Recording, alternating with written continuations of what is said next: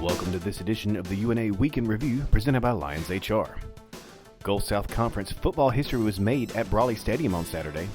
The UNA volleyball team kept rolling with 2 more victories, while the men's and women's basketball teams got a sneak peek at the upcoming seasons with a pair of exhibition contests. Find out more right after this. What would you do with an extra 2 to 3 hours per day? Would it surprise you to know that the average small business owner spends more than 30% of his or her time on issues related to human resources? At Lions HR, we've helped hundreds of business owners lower their employment costs while giving them back the time they spend on such things as hiring and training the right employees, sourcing affordable employee benefit plans, providing the right workers' compensation insurance, developing effective workplace safety plans and employee retention strategies. You can take back the 2 to 3 hours per day you're spending on all these things. Contact Lions HR and let us show you how. UNA scored on the first play from scrimmage and never looked back during a dominating 51-3 victory over West Florida, clinching the GSC championship for the 4th consecutive season.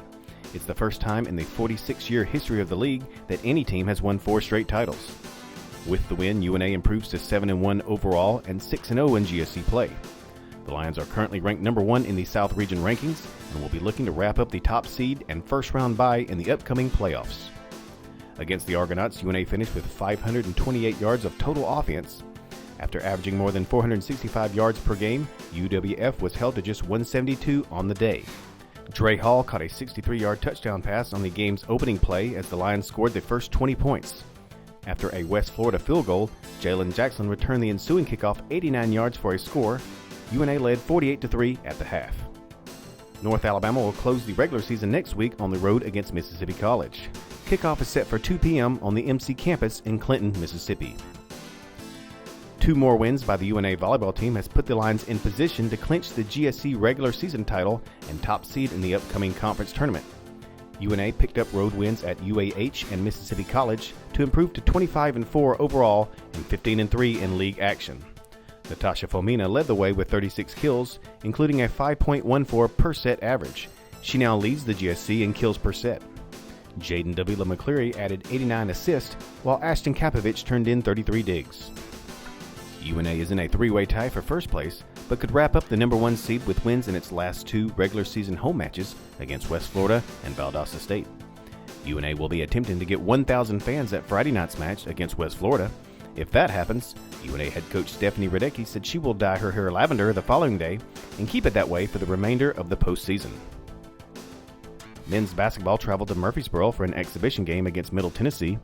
The Blue Raiders shot nearly 50% from the floor in a 96-65 win.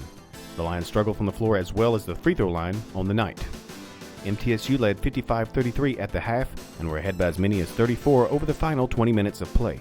Austin Timms led UNA with 15 points.